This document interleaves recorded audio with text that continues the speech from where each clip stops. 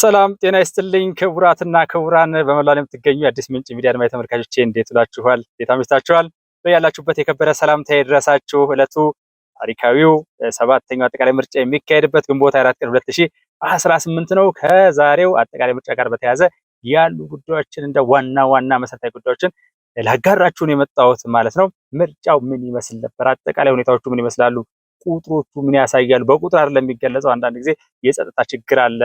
በአንዳንድ ቦታዎች ላይ የተቋረጠባቸው ቦታዎች አሉ፣ እንደውም ያልተካሄደባቸው ቦታዎች አሉ እና የመሳሰሉትም ስላሉ ከቁጥር ጋር ሲገለጽ ምስሉን ሙሉ አድርጎ ያሳየናል። ያለበለዚያ ለማይገባ ፕሮፓጋንዳ ክፍት ይሆናል ማለት ነው። ክቡራትና ክቡራን እንግዲህ ላይክ ነሽ እያደረጋችሁ በሚኖረን ቆይታ መረጃዎቹን ለሌሎች እንድታጋሩ በአክብሮት ጠይቃለሁ። አብራችሁ ቆይታ የማደርገው የእናንተው ውብሸት ታየ ነኝ። እንግዲህ ታዛቢዎች አሉ፣ ተወዳዳሪዎቹ አሉ፣ መራጮቹ አሉ እና የመሳሰሉት አሉ፣ የጸጥታ አካሉ ሁሉም አለና ከዛ አኳያ ነው ዋናው እንግዲህ ምን ይመስል ነበር አጠቃላይ ሂደቱ የሚለውን ለመመልከት ያክል የኢትዮጵያ ብሔራዊ ምርጫ ቦርድ የሰጠው መግለጫ አለ። አጠር ያለ ነው። በተለይ ከዛ ውስጥ ከረጅሙ 12 ደቂቃ በላይ ከነበረው ቆይታ ውስጥ የተወሰነች ቦታ ብቻ ከጸጥታ ችግር ጋር በተያያዘ ይህንን ያህል የጸጥታ ችግር በማጋጠሙ ተቋርጧል ምርጫው ከተጀመረ በኋላ፣ እንዲሁም ደግሞ ከቶንም ያልተደረገባቸው ቦታዎች በሚል የተገለጸውን በደንብ የማራገብ ነገር ስለተመለከትኩኝ እውነታው በኢትዮጵያ ብሔራዊ ምርጫ ቦርድ መገለጹ እንዳለ ሆኖ ቁጥሩ ግን ምንድነው የሚያሳየው የሚለውንም አብረን ያለን እና እስኪ መጀመሪያ ኢትዮጵያ ብሔራዊ ምርጫ ቦርድ ምንድነው ያለው? ድምጽ የሚሰጠባቸው ምርጫ ጣቢያዎች ከጠዋቱ 12 ሰዓት ጀምረው እንዲከፈቱ ነው ህጉም የሚለው። ቦርዱም ይሄንን አስተላልፏል። ስለዚህ ካሉን ምርጫ ጣቢያዎች በጠዋት በሰዓቱ በ12 ሰዓት የተከፈቱት ወደ 50188 ጣቢያዎች በሰዓቱ ተከፍተዋል። በሰዓቱ ያልተከፈቱም ምርጫ ጣቢያዎች አሉ። እነሱ ወደ 695 የሚሆኑ ምርጫ ጣቢያዎች ከ12 ሰዓት በኋላ ወደ 12 ሰዓት ተኩል 1 ሰዓት እንደዚህ የተከፈቱ አሉ። በጸጥታ ምክንያት ያልተከፈቱ ወደ 143 የሚሆኑ ምርጫ ጣቢያዎች አሉን። እንግዲህ ይህንን ቁጥር መጀመሪያ ብንመለከተው ጥሩ ነው ብዬ ነው የማስበው። አጠቃላይ ጣቢያዎቹ የሚያመለክተው ከዚህ አኳያ 50188 ጣቢያዎች በሰዓቱ ተከፍተዋል። 695 ደግሞ ዘግየት ብሎ በተለያየ ምክንያት ማለት ነው በተጠቀሰው ሰዓት ሁኔታ እስከ 1 ሰዓት እና እስከ 2 ሰዓት ባለው ተከፍተዋል ማለት ነው። እንዲሁም 143 የምርጫ ጣቢያዎች ከሰላም ጋር በተያያዘ አልተካሄደባቸውም የሚለውን ወደ ቁጥር ወደ አሃዝ ቀይረን ካልተመለከት ነው በተለይ እነዚህም ቦታዎች ላይ ብዙ 143 የምርጫ ጣቢያ የሚለው ትልቅ ነው። አንድም ቦታ በሰላም ችግር ምክንያት ባይሆን ጥሩ ነው። ነገር ግን ምን ይመስላል የሚለውን አጠቃላዩ ቁጥር እንግዲህ 51026 የምርጫ ጣቢያዎች መኖራቸውን ነው የሚያመለክተው። ከዚህ አኳያ የመጀመሪያው በሰዓቱ የተከፈተውን ስንመለከት 50188 የምርጫ ጣቢያዎች በሰዓቱ ተከፍተዋል። ይሄ ማለት 98.35% የሚሆነው ማለት ነው። ይህ ቁጥሩን በደንብ የሚያሳየን ይሆናል። ዘግየት ብሎ የተከፈቱትን ደግሞ 695ቱን እንደዚሁ ስንመለከተው በመቶኛ ስናየው ዘግይቶ የተከፈተ የጀመረ ማለት ከ1 ሰዓት እስከ 2 ሰዓት ባለው 1.36% አካባቢ ማለት ነው። 1.5 እንኳን አይደለም እዛ አካባቢ ያለ ነው ማለት ነው። በጣም ጥቂት ነው። እሱም ወደ ምርጫ የጀመሩበት ነው። ነገር ግን ከሰላም ጦት ጋር በተያያዘ ምርጫ ያልተደረገባቸው ጣቢያዎችን ስንመለከት ደግሞ 143 የምርጫ ጣቢያዎች ናቸው እና ከአጠቃላይ እንግዲህ ምርጫ ከሚካሄድባቸው 51026 የምርጫ ጣቢያዎች ይህ 143 የምርጫ ጣቢያዎች ከሰላም ችግር ጋር በተያያዘ የሰላም ችግሮች መኖራቸው መቼም ምስጢር አይደለም፣ ይታወቃል። በተለያዩ ቦታዎች ላይ ተግዳሮቶች አሉ። በመቶኛ ስናስቀምጠው 0.28 ብቻ ነው ማለት ነው። አንድም ቦታ አንድ የምርጫ ጣቢያ ላይም የሰላም ችግር ባይኖር ሰየው ነው ተብሎ ነው የሚታሰበው። ምንም ጥያቄ የለም። ነገር ግን በቁጥር ስናስቀምጠው ይሄንን ይመስላል ለማለት ነው። አንዳንዴ ወደ ቁጥር ተቀይሮ ካልታየ አስቸጋሪ ስለሚሆን በሚል ነው። ይህም ብቻ አይደለም። ምናልባት ደግሞ ምርጫው መካሄድ ከጀመረበት ከዚሁ ከ51026 አጠቃላይ የምርጫ ጣቢያዎች ኢትዮጵያ በነገራችን ላይ በጣም ትልቅ ግዙፍ ሀገር ነች። ዝም ብሎ ይሄ በጥቂት አውራጃዎች የተከፋፈለች አይደለችም እና እንደዚህንም ማየት ያስፈልጋል። አንዳንድ ጊዜ በዛ ልክ የሚያዩ ይኖራሉና እስኪ ምን ይመስላል ችግር ያጋጠመባቸው ቦታዎች የሚለውን ማየት ጥሩ ነው። ያጋጠመን የጸጥታ ችግር ያጋጠመን አካባቢዎች አሉ። በዚህም ምክንያት የድምጽ አሰጣጥ ሂደቱ የተቋረጠባቸው ምርጫ ክልሎች አሉ። በቢሎኖፓ፣ በመኮሳቺ፣ በቀርሳ፣ በነዚህ በኩታበር አካባቢ በኦሮሚያና በአማራ በተወሰኑ ምርጫ ክልሎች ከተጀመረ በኋላ በጸጥታ ችግር የተቋረጠባቸው አሉ። እንግዲህ ይሄ በጸጥታ ችግር በአማራና በኦሮሚያ አንዳንድ የምርጫ ክልሎች ላይ የተፈጠሩ ቦታዎቹም ተጠቅሰዋልና ጥቂት ቦታዎች 3፣ 4፣ 5 ቦታዎች የሚሆኑ ናቸው። ይሄ አንደኛ ነገር በጣም ተገቢ ነው፣ ትክክል ነው፣ መገለጽ መቻል አለ። ምንም የሚያደባብቅ ነገር የለም። ጥፋቱን ያጠፋው አካል ነው ይሄንን ምላሽ ሊሰጥበት የሚገባው። የተሻለ ሀሳብ ህዝብን አደራጅቶ ህዝብ ደግሞ አምኖኝ ይሰጠኛል ብሎ ህዝብን ከጎን ያሰልፋለሁ ብሎ አምኖ የተሻለ ነገር ይዞ መጥቶ ማድረግ ቢቻል በእውነት በጣም ትልቅ ነገር ነበር። ነገር ግን ሙሉ አሁን እየተመለከትን የነበረው ሁለቱ አካላት የአማራና ኦሮሚያ ክልል አሁን እንደዚህ ችግር ያጋጠመባቸው ቦታዎች ላይ ተጠቃቅሰው እንግዲህ ሁለቱ አፋን ኦሮሞና አማርኛ ተናጋሪ ሸኔዎች ያደረጓቸው ነገሮች ናቸው። በጣም ጥቂት ቦታዎች ላይ ማለት ነው። ቀደም ሲልም ተደርጓል። ምርጫውን መወዳደር አይፈልጉም፣ በሰላማዊ መንገድ መሄድ አይፈልግም። ከዚህ በፊት የተመለከትናቸው እጅግ በጣም ስፍር ቁጥር የሌላቸው መገለጫዎች አሉ። ያንን ነው ለማድረግ የተሞከረው። እንግዲህ የሰላም ጉዳይ ይሄንን ይመስላል። በጣም ጥቂት ቦታዎች ላይ በአጠቃላይ ግን ምርጫው ምን ይመስላል የሚለውን ሂደቱን ስለሚያሳየን ይሄ ተሰንዶ የሚቀመጥ ታሪክ በመሆኑ ጭምር ክቡራትና ክቡራን የአዲስ ምንጭ ቤተሰቦች ቀጥሎ ያለውን ክቡር ጠቅላይ ሚኒስትሩ ያደረጉትን ንግግር ጨምሮ በአፋን ኦሮሞ የተደረጉ ንግግሮችን በሙሉ ወደ አማርኛ እየመለስኩኝ ለማምጣት ሞክሬያለሁኝ። በአጋጣሚ እንግዲህ የመላ ኢትዮጵያ አንድነት ድርጅት የመኢአድ ተወካዩም እንዲሁ በአፋን ኦሮሞ የሰጡት ቃለ ምልልስ እሷን ወደ አማርኛ መልሻለሁ። የኦሮሞ ነጻነት ግንባር ተወካዩ እንደዚሁ ወደ አማርኛ ለመመለስ ሞክሬያለሁኝ። እንዲሁም ደግሞ ክቡራቶ ሽመልስም በአፋን ኦሮሞ የሰጡትን ወደ አማርኛ መልሼ ላመጣላችሁ ሞክራለሁ። ማለት በአጠቃላይ እንቀጥሉ ያሉትን ሙሉን ምስል የሚያሳየንን ቆይታ እየተከታተላችሁ ላይክ ማድረጋችሁ ከቶንም ሳትረሱ አብራችሁ እንድትቆዩ በታላቅ አክብሮትና ፍቅር ጠይቃለሁ። ሰላም ነው።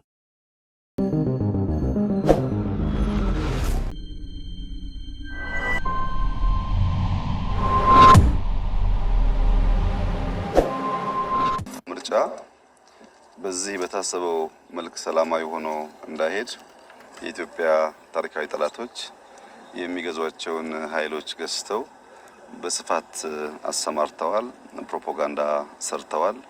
ኢትዮጵያ ውስጥ ዴሞክራሲያዊ ምርጫ ማድረግ አይቻልም የሚል እምነት እንድንይዝ ሙከራ አድርጓል። የኢትዮጵያ ሕዝብ ግን ሁሌም እንደሚያደርገው በወሳኝ ኩነቶች፣ ወቅቶች የሚያሳየውን ከፍተኛ የጀግንነት መንፈስ አሳይቶ እንግዲህ በመጣሁባቸው መንገዶች በሙሉ ከጠዋት ጀምሮ በሰልፍ ህዝቡ ምርጫ እያካሄደ ይገኛል። ይሄ የኢትዮጵያ ህዝብ ሀገረ መንግስቱን ለመገንባት የዲሞክራሲያዊ ስርዓት ኢትዮጵያ ውስጥ ለመገንባት የሚሻውን የሚፈልገውን ለመወሰን መካሪ ገሳጭ እንደማያስፈልገው ያሳየበት እርምጃ ነው። እኔ ዛሬ የሚያሳስበኝ ከመራጩ በላይ ተመራጩ ነው። ይሄ ህዝብ በቁርጠኝነት ሚሻውን ወስኖ በዲሞክራሲያዊ መንገድ ከመረጠ በኋላ የተመረጡ ሰዎች በዚያ ልክ ታምነው እጃቸው ልባቸው ንጹህ ሆነው ደከመን ታከተን ሳይሉ ሰርተው ይሄን ሀገር ታሪክ የመቀየር የዚህን ታላቅ ህዝብ ውለታ የመክፈል ዝግጁነታቸው ምን ያክል ነው? እልህ፣ ቁጣ፣ ክርክር አሸንፋለሁ ሳይሆን ያመንን የታመንን ራሱን የሰጠን ህዝብ እንዴት አገልግለው ህይወቱን ይነካሉ ይቀይራሉ የሚለው ጉዳይ ይበልጥ ያሳስበኛል። በእኔ እምነት ዛሬና የዛሬ 5 ዓመት ኢትዮጵያ አንድ አይደለችም። ይሄ 5 ዓመት የኢትዮጵያ በርካታ የታሪክ ጥፋት የሚታይበት 5 ዓመት ነው። ይሄ 5 ዓመት እስካሁን ከሰራነው በላይ መድከም ይጠይቃል። እስካሁን ከለፋነው በላይ መልፋት ይጠይቃል።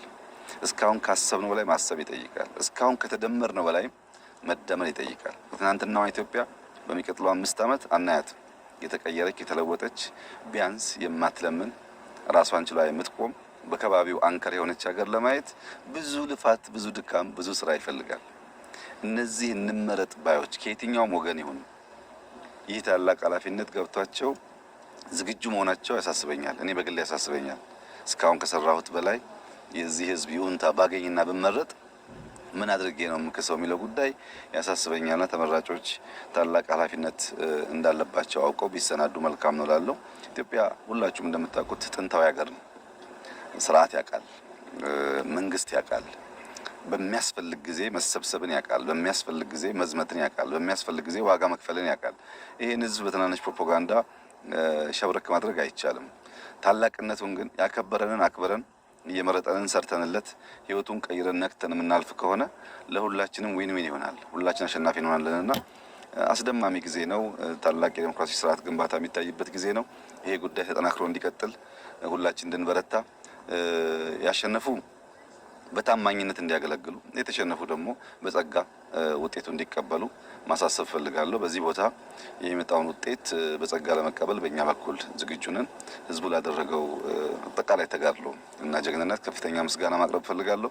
የምርጫ አስፈጻሚዎች ላደረጉት ተጋድሎ እንዲሁም ማመስገን ፈልጋለሁ። የሚዲያ ሰዎችም በየቦታው ተገኝታችሁ ለምታደርጉ ስራ ማመስገን ፈልጋለሁ። ኢትዮጵያ ትቀጥላለች፣ ኢትዮጵያ ትበለጽጋለች፣ የኢትዮጵያ ታሪክ ይቀየራል።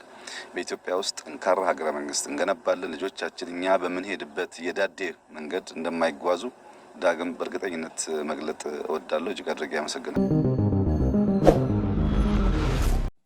የቀድሞ የኬንያ ፕሬዝዳንት ኡሁሩ ኬንያታ የአፍሪካ ህብረት የታዛቢዎች ህብረት ሰብሳቢ ናቸው። እንግዲህ ምርጫውን በተመለከተ በመታዘብ ላይ ናቸው። በተለያዩ ቦታዎች ላይ እጩዎች ታዛቢዎችን በማስቀመጥ ማለት ነው። እናስመልክቶ የሚሰጡት አጠር ያለ መግለጫ ነው። ከጠዋት እንግዲህ እስካሁን ድረስ ባለው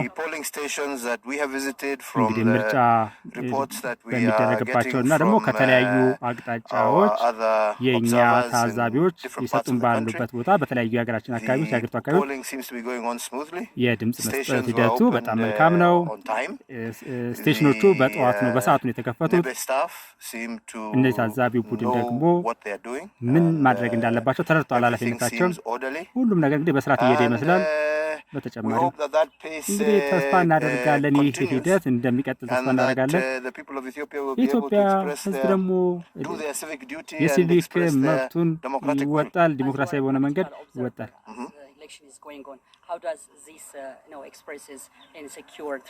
እንግዲህ ይሄ አስተማማኝ በሆነ ፌር በሆነ ተገቢ በሆነና ምስጢራዊ በሆነ መንገድ መካሄድ ምን ታዘባችሁ? ወሳኙ ነገር የኢትዮጵያ ሕዝብ ራሱ ማረጋገጥ አለበት። ይህንን ትራንስፓረንሲ ግልጽ በሆነ መንገድ እኛ የተመለከትነውን በሆነ ይሄ ስብስቡ እየተከታተለ ነው ፕሮሲጀሮችን፣ ሂደቱን። ህዝቡ ይሄዳል፣ ድምፅ መስጫ ቦታ ላይ ይሄዳል። ማድረግ ያለባቸውን ድምጻቸው ይሰጣሉ። ድምጻቸውን ሰጥተው በሰላማዊ መንገድ ይወጣሉ። በተገቢ መንገድ ያለምንም ችግር ሲወጡ ተመልክተናል። እንግዲህ በአጠቃላይ ጥሩ ነው፣ መልካም እየሄደ ያለው። እንግዲህ ቀጥሎ ደግሞ የሚከታተላቸው ከሁሉም የአገሪቱ አካባቢ እንከታተላለን። እንግዲህ በዚህን ሰዓት በሚቀጥለው ቀን በተሻለ ሁኔታ ላይ እንሆናለን፣ የተሻለ መረጃ ለመስጠት። ግን እስካሁን ያለውን በተመለከተ ግን በአጠቃላይ ተደስተናል። ሰላማዊነቱ በተመለከትንባቸው ቦታዎች ሁሉ ድምፅ የሚሰጠውን ህዝብ ትዕግስታቸውን እና ደግሞ ዲሞክራሲያዊ መብቶቻቸውን በመቆጣት በትዕግስት መጠበቃቸውን የመሳሰሉ ነገሮች በጣም ያስበናል። ነብ እንግዲህ በተለይ ማለት ናሽናል ቦርድ ኦፍ ኢሌክሽን እና ሌሎችም በፕሮፌሽናል በሆነ መንገድ የተካሄደ ያለው እስካሁን ድረስ ያለው ነገር ጥሩ ነው። Like I'm saying, we wait to the accumulation of data from other parts of the country. እንግዲህ በእርግጥ አጠቃላይ ከሁሉም የሀገራችን አካባቢዎች መረጃዎችን ማሰባሰብ አለብን። በነገው ዕለት የተሻለ በአፍሪካ ያው ምርጫ በጣም ወሳኝ ነገር ነው። አዲስ አበባ ደግሞ ወይም ኢትዮጵያ የካፒታል ሲቲ ኦፍ አፍሪካ ነች። ስለዚህ ምን ማለት ነው የኢትዮጵያ ምርጫ በተለይ ከዲሞክራሲያዊ ስርዓቶች አኳያ ነው የሚመጣው።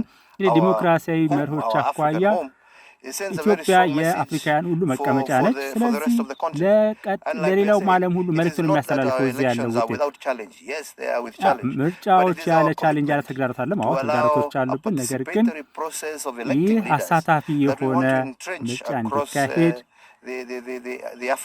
በመላው የአፍሪካ አህጉር የዚህ አይነት ሁኔታዎች መደረግ እንዳለበት ማን ሊመራቸው እንደሚገባም ድምጻቸውን የሚያሳዩበት መንገድ ነው። እኛ ደግሞ አሁን ያለነው በአፍሪካ ዋና ከተማ ነውና እንግዲህ ዲሞክራሲውን ለማሳደግ ትልቅ ማሳያ ይሆናል ብለንና ኢምፓክት ይኖረዋል። በመላው ሀገሪቱ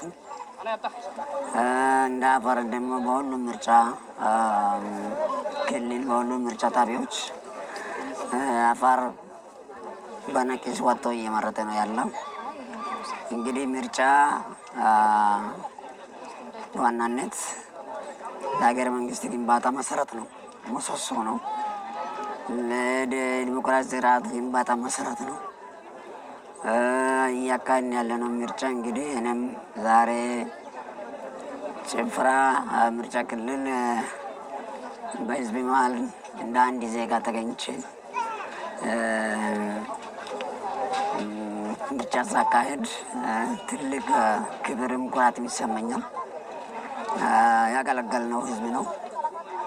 አሁን የበለጠ ለማገልገል ደግሞ አዲስ ቃል የሚናገርበት ነው። ከተመረጥም እንደ አዲስ ራሳችን ሀብለን የምናዘጋጅበት ሰዓት ነው። እንደ መንግስትም እንደ ፓርቲም እና ምርጫ እንግዲህ እንደ ሀገር ከሁሉ በላይ ነጻነትን እየመረጥን ያለነው ነጻነትን ነው። እየመረጥን ያለነው ሰላምን ነው።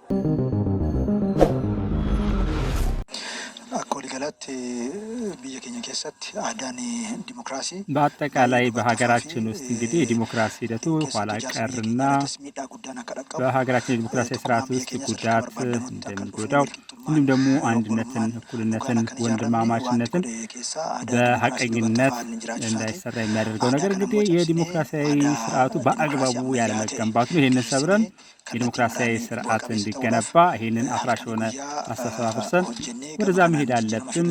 እንግዲህ በዚህ ላይ ሰርተን ለውጥ ማምጣት አለብን። በዚህ በኩል እንግዲህ ባለፉት ዓመታት ዲሞክራሲ ስርዓት በሀገራችን እንዲያድግ ከፍተኛ መስዋዕትነት ከፍለን ብዙ ስራ ሰርተናል። በተለይም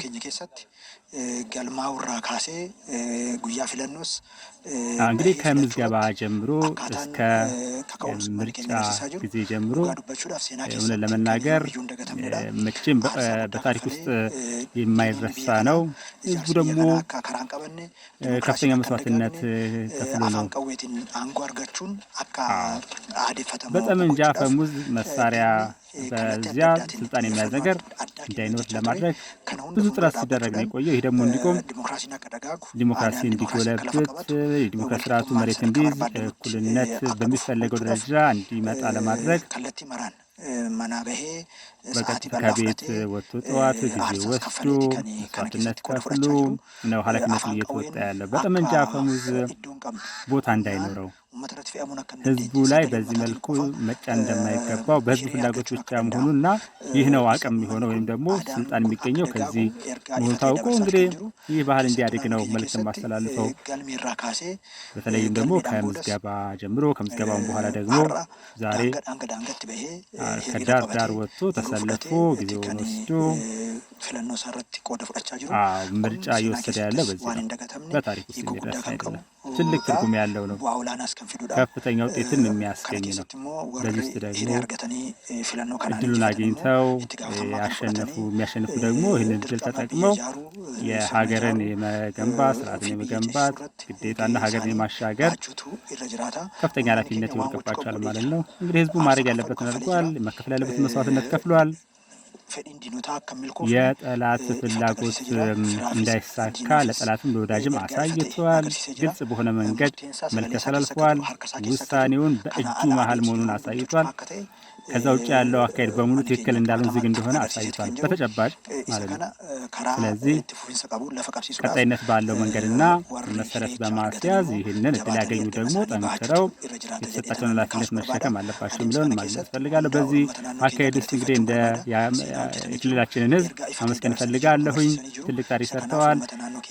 ለህዝባችን ከፍተኛ ምስጋና ማቅረብ እፈልጋለሁኝ።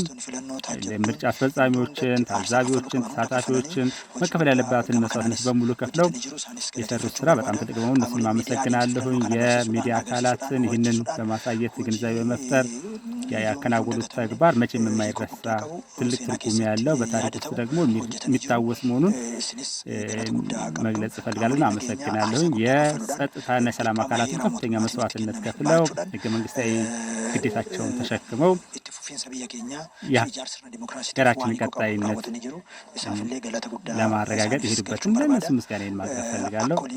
በአጠቃላይ ደግሞ ያካሄድ አዲስ የሆነ ባህልን በመፍጠር የተጀመረ ነው። ይሄ እዚህ ላይ ቆመን ደግሞ ከዚህ የበለጠ ጠንክረን መሄድ ያለብን ነው የሚለውን መግለጽ እፈልጋለሁ። ጠንክረን አብረን መሄድ ያለብን የሚለውን ማንሳት እፈልጋለሁ። ህዝባችን እንግዲህ በድምፁ አቅሙን እንደሚያረጋግጥ ለጠላትም ለወዳጅም ግልጽ አድርጓል። መከፈል ያለበት መስዋዕትነት ከፍሏል። የሀገሪቱም ጉዞ ወደኋላ እንደማይሄድ አረጋግጧል። መመዝገብ ያለበት መዝግቦ መምረጥ ያለበት መሆን ያለበትን በሙሉ አድርጎ መሆን ያለበትን መስዋዕትነት እንግዲህ እጩዎችን በተመለከተ ደግሞ እጩዎቹ የህዝቡን ኃላፊነት ወስደው ነው ያደረጉት። በእኛ በኩል ዝግጁ ነን።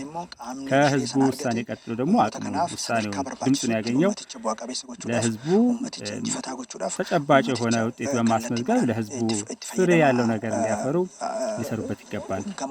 በሁሉም አቅጣጫ ሌትና ቀን በመስራት ህዝቡ መስዋዕትነት እንደከፈለው ሁሉ ይህ ስልጣኑን የሚያገኘው አካል ደግሞ እንደዚህ መስዋዕትነት ከፍሎ ለውጥ እንዲያመጣ ከፍተኛ የሆነ ሽግግር እንዲያመጣ በዚሁ አጋጣሚ መልእክቴን አስተላልፋለሁ።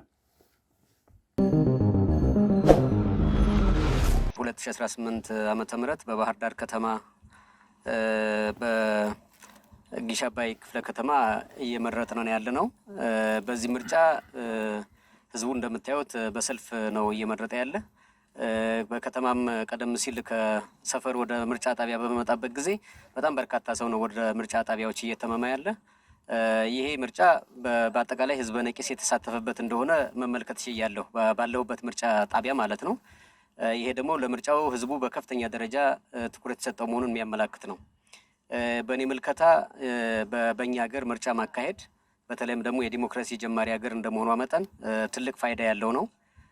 እንደምታውቁት የዲሞክራሲ ዋነኛ መሰረት አንዱ መሰረት ማለት ነው ብቸኛው ባይሆንም ምርጫ ነው። በምርጫ የሚገለጸው የዲሞክራሲ መልክ በብዙ ሀገራት በአንድ ሀገር ውስጥ ዲሞክራሲ ያለ ወይም የለም ከሚያስብሉ መስፈርቶች ውስጥ አንዱ ነው እና በኢትዮጵያም ውስጥ በህዝብ የተመረጠ መንግስት ማቋቋም በጣም አስፈላጊ ነገር ነው። ምክንያቱም አጠቃላይ የዲሞክራሲ ልምምዳችን እንደ ማንኛውም ታዳጊ ሀገር ዲሞክራሲ የዳበረበት ሀገር አይደለም እና ዲሞክራሲ የበለጠ እንዲዳብር በማድረግ በኩል ሁነኛ ሚና የሚጫወት ስለሆነ ይህ ምርጫ ትልቅ ፋይዳ አለው። በሌላ መንገድ ወይም በሌላ በኩል በእኛ ሀገር ዲሞክራሲ ያለመዳበሩ ብቻ ሳይሆን የመንግስት ስልጣን የሚያዝበትን መንገድ ሁላችሁም እንደምታውቁት በታሪካችንም እንደምናውቀው በአብዛኛው ከብረት ነው የሚመነጨው፣ ከጦር መሳሪያ ነው የሚመነጨው፣ ከኃይል ነው የሚመነጭ እንጂ ከህዝብ ድምፅ አይመነጭም። ስለዚህ ይህንን የሚሰብር ይህን የሚያስቀር መንግስታት በህዝብ ድምፅ ብቻ እንዲወጡ የሚያደርግ የፖለቲካ ስልጣን የመንግስት ስልጣን በህዝብ ድምፅ ብቻ እንደሚያዝ የሚያስረግጥ ነገር ነው ማለት ነው። እንግዲህ በዚህ መንገድ ሁለት ነገሮችን ያሳካል። ይሄ በመጀመሪያ ደረጃ ቅድም እንዳልኩት ምርጫ በህዝብ ድምፅ እንጂ በብረት እንዳልሆነ የሚያረጋግጥ ነው። ሁለተኛ በኢትዮጵያ ውስጥ ለበርካታ ዘመናት ሽግግር መንግስት የሚመኙ አካላት አሉ። በኢትዮጵያ ውስጥ ሽግግር መንግስት ይቋቋም፣ እንዲህ አይነት መንግስት እንዲህ አይነት ሽግግር ይቋቋም የሚሉ ዛሬውኑ ጀምሮ በውጭ ሀገርም በሀገር ውስጥም ሆነው ይህንም የሚመኙ አሉ። ይሄ ደግሞ ሁልጊዜ ኢትዮጵያ በሽግግር መንግስት ውስጥ የምታልፍ ከሆነ የጸና መንግስት የጸና ስርዓት አይኖራትም። ስለዚህ ህዝባዊና ህጋዊ የሆነ መንግስት ለመመስረት የሚያስችል ብቸኛው መንገድ የህዝብ ድምፅ ነው። በህዝብ ድምፅ የሚገኝ ምርጫ ነው ማለት ነው። ይሄ ማለት የዲሞክራሲ ተቋማትን በከፍተኛ ደረጃ ያሳድጋል። እንደገናም ደግሞ ህዝብ የሚመርጠው መንግስት ነው እንጂ ሊኖር የሚገባው ያልመረጡት መንግስት አይኖርም የሚል በህብረተሰብ ውስጥ እንዲህ አይነት ስነልቦና እንዲፈጠር ያደርጋል ማለት ነው እና በአጠቃላይ ይህ ምርጫ ዛሬ እኛ እንደ ግለሰብ መምረጣችን ብቻ ሳይሆን ማህበረሰቡ በእንዲህ አይነት ሁኔታ በሚሳተፍበት ጊዜ ቅድም እንዳልኩት ምርጫ ከህዝብ ድምፅ የፖለቲካ ስልጣን የመንግስት ስልጣን ከህዝብ ድምፅ እንደሚመነጭ የጸና መንግስትም ህዝባዊ መንግስትም ሊኖር የሚችለው ከህዝብ ድምፅ እንደሆነ የሚያረጋግጥ ስለሆነ በእኔ በኩል በመምረጤም ሌላውም ህዝብ ለመምረጥ በመቻሉ በጣም ደስተኛ ነኝ ለማለት ነው። እና እያንዳንዱ ታዛቢ በማዕከል ሪፖርት የሚያደርግበት ሲስተም አዘጋጅተናል። ሶ የትኛውም የኢትዮጵያ ኮርነር ላይ ምንም አይነት ችግር ቢፈጠር ምርጫን የተመለከተ ቀጥታ ኢንፎርሜሽን ይደርሰናል። እሱን በሚመለከት እሱን ለምርጫ ቦርድ ኮሚኒኬት አድርገን ሶሉሽን መፍትሄ የሚሰጥበት መንገድ እንፈልጋለን ማለት ነው። ካርድ ወስዶ አለመምረጥ ትክክል ነው ብለን አናምንም። ካርድ አለማውጣት ትክክል አይደለም። አሁን ደግሞ እሱኛውን ሀርድል እሱኛውን አንደኛውን ስቴጅ አልፈው ካርድ ያወጡ ሰዎች ካርዳቸው መባከን የለበትም ብለን ነው የምናምነው። የሚበጃቸውን የሚፈልጉትን ወጥተው መምረጥ ዲሞክራሲ መለማመድ ነው። ዲሞክራሲያዊ ሀገር እንፈልጋለን የሚል ማንኛውም ዜጋ ወጥተው መምረጥ አለበት ብለን ነው የምናምነው። በእኛ በኩል ህብረተሰቡ ካርድ የወሰደ ሁሉ በሙሉ በነቂስ ወጥቶ እንዲመርጥ ጥሪ እናቀርባለን። እንደዚህ በምዕራብ ሸዋ ዞን እንግዲህ የኦሮሞ ነጻነት ግንባር ተወካይ ናቸው። ሚልኬሳ ይርኮ እባላለሁ። የኦሮሞ ነጻነት ግንባር የምርጫ ታዛቢ ነኝ። በምዕራብ ሸዋ ዞን ነው ድርጅትን የሚወክለው። እንግዲህ ተንቀሳቃሽ ታዛቢ ነኝ በየተለያዩ እንግዲህ የምርጫ ሂደቱን በተመለከተ ከጠዋት ጀምሮ ነው በተለያዩ ጣቢያዎች የተንቀሳቀስኩኝ ስመለከት የነበረው።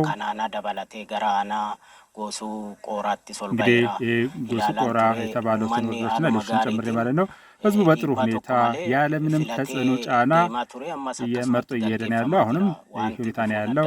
እስካሁን ያጋጠመን ችግር የለም።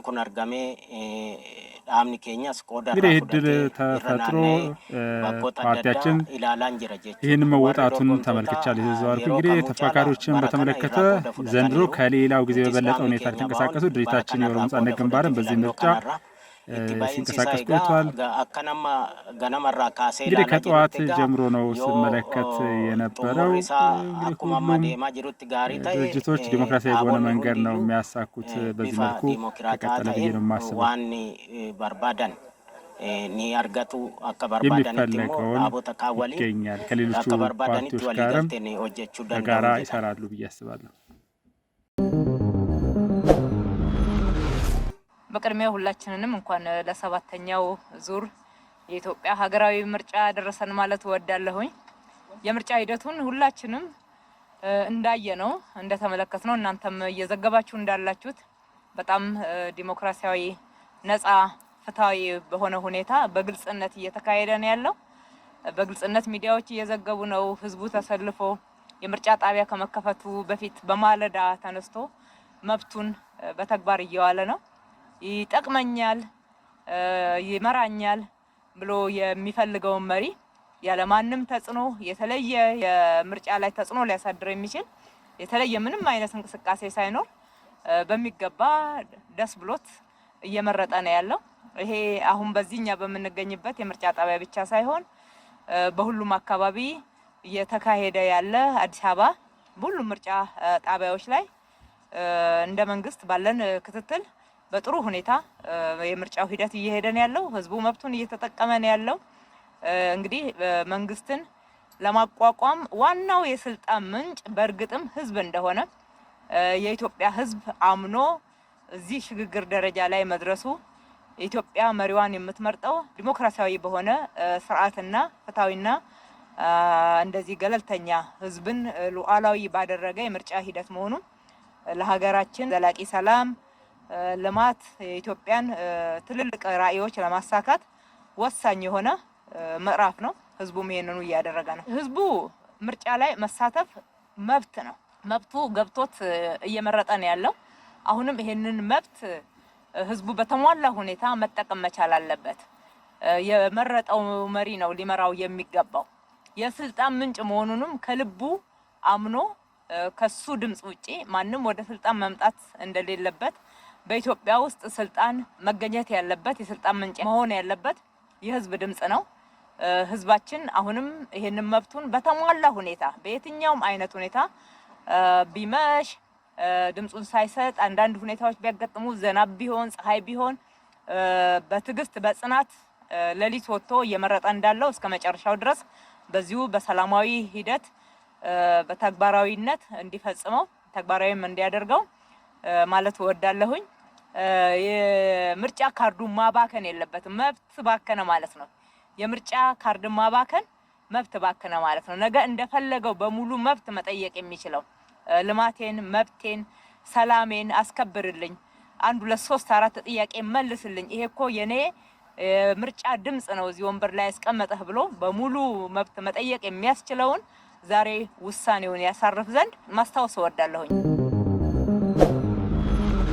የኢትዮጵያ ሰብአዊ መብቶች ኮሚሽን የሰብአዊ መብት ተቋም እንደመሆኑ መጠን በምርጫ ወቅትም ቢሆን የሚከታተለው የሰብአዊ መብቶች አፈጻጸም ነው። ምክንያቱም ምርጫም ቢሆን የዜጎችን የመምረጥና የመመረጥ መብት ለማሳካት የሚደረግ በመሆኑ ማለት ነው። በዚህ ረገድ እንግዲህ በሁሉም የምርጫ ሂደቶች ከምርጫ በፊት በምርጫ ጊዜና ከምርጫ በኋላ ያለ የሰብአዊ መብት ሁኔታን ክትትል እናደርጋለን። ከዚህ ቀደም ምናልባት የምታስታውሱ ከሆነ የኢትዮጵያ ሰብአዊ መብቶች ኮሚሽን ከድምጽ መስጫ ቀን በፊት የነበሩ ሁኔታዎችን ተከታትሎ ከሚመለከታቸው አካላት ጋር ኮንሰልቴሽን ወይም ምክክር በማድረግ ያሉ ጥንካሬዎችና ድክመቶችን የገመገመበት አጋጣሚ እንደነበር እናስታውሳለን። አሁንም ያም ይቀጥላል ማለት ነው። በዚህ የምርጫ ጣቢያም ስንገኝ እንደዚሁ ከሰብአዊ መብቶች አንጻር ያሉ የጣቢያው አመችነት በአጠቃላይ ሚስጥራዊነት የጠበቀ መሆኑና ከሰብአዊ መብቶች አንጻር የሚታዩ ዝርዝር ጉዳዮችን እናያለን። እንደተባለ የምርጫ አስተባባሪዎችንም አነጋግረናል። በእነሱ በኩል ያሉ ክፍተቶችና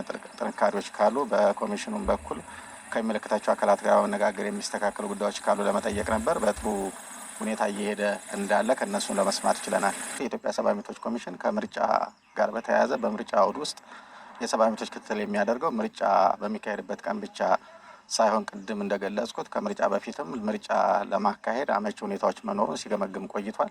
ክፍተቶችንም እየለየ ለሚመለከታቸው አካላት እንዲሁ በማቅረብ መፍትሄ እንዲሰጣቸው ሲያደርግ ቆይቷል ማለት ነው። ይሄኛው የክትትል ሁኔታ አሁንም ቀጥሎ በዚህ ምርጫ ድምጽ በሚሰጥበትም ቀን እንደዚሁ በመላ ሀገሪቱ ውስጥ ከትግራይ ክልል ውጭ ማለት ነው ከ100 የክትትል ቡድኖች በላይ በማሰማራት ክትትል እያደረገ ይችላል። በአጠቃላይ ከ2700 በላይ የምርጫ ጣቢያዎች ላይ ክትትል እያደረግ እንገኛለን። በምርጫ ክልል ደረጃ ወደ 175 አካባቢ ናቸው ማለት ብዙ ኤሪያዎችን ለመሸፈን ጥረት እያደረግን ነው። እንግዲህ ኮሚሽኑ ይህንን ስራ ለመስራት እንዲያስችለው የራሱ የሆነ የምርጫ ክትትል ዲጂታል ፕላትፎርም አዘጋጅቷል ማለት ነው። ከምርጫ ጋር በተያያዘ የሚነሱ ማናቸውን ጉዳዮች በየሰከንዱ ሪፖርት እየተደረጉ ከሚመለከታቸው አካላት ጋር በመነጋገር መፍትሄ እንዲያገኙ ጥረት ይደረጋል ማለት ነው። ከዛ በተጨማሪ እንግዲህ ከብሔራዊ ምርጫ ቦርድ ጋር አንድ ላይ የመረጃ መቃየሪያ ፕላትፎርም ወይም ደግሞ ዋትስአፕ ላይ ያለን በዛም ነገር ሪል የሆኑ ዴታዎችን እየተቀያየርን ችግሮች ሲያጋጥሙ እንደዚሁ መፍትሄ ለመስጠት ጥረት እያደረግን እንገኛለን ማለት ነው። የዚህ ምርጫ ጣቢያ ውስጥ እስካሁን ያለው ሁኔታ ጥሩ ነው። ከመምረጥ ከሚጠበቅባቸው ከተመዘገቡ መራጮች ውስጥ ወደ 1/3 አካባቢ ኦልሬዲ ምርጫውን አከናውነዋል ማለት ነው። በእኛ በኩል እዚህ አካባቢ ውስጥ ያለው ሁኔታ በጥሩ ሁኔታ እየሄደ እንዳለን የተገነዘብ ነው። አዎ የኛ ቡድን እንግዲህ ከዚህ በተጨማሪ ወደ ጎንደር እንሄዳለን። ጎንደር ላይ ሄደን እንደዚሁ የምናያቸው ጉዳዮች ይኖራሉ። ከዚህ በተጨማሪ ግን ቅድም እንዳልኩት መሬት ላይ የምርጫውን ሁኔታ የሰብአዊ መብት ሁኔታ የሚከታተሉ ባለሙያዎች በመላ ክልሉና በሌሎች አካባቢዎችም ተሰማርተው ይገኛሉ ማለት ነው። እኛ ተጨማሪ ድጋፍ ነው እንጂ የምናደርገው በእያንዳንዱ ጉዳዩ ላይ የሚከታተሉ ባለሙያዎች በየቦታዎች አሉን ማለት ነው። የመላው ኢትዮጵያ አንድነት ፓርቲ መኢአድን ወክዬ ነው የሚወዳደረው። ይህ ምርጫው እየተካሄደ ያለው ማህበረሰቡ ሰልፍ ተሰልፎ እየመረጠ ያለው በጣም በመልካም ሁኔታ እየሄደ ነው ያለው። ዲሞክራሲ መሰረት መያዙን የሚያሳይ ነው። በሰላም የተካሄደ ነው። ደግሞ በፍትሃዊ መንገድም እየተከናወነ በመሆኑ ነጻነትም ያለው በመሆኑ የዘንድሮ ምርጫ በጣም መልካም እና በመልካም ሁኔታ የተከናወነ ነው። በሂደው መልካም ነው።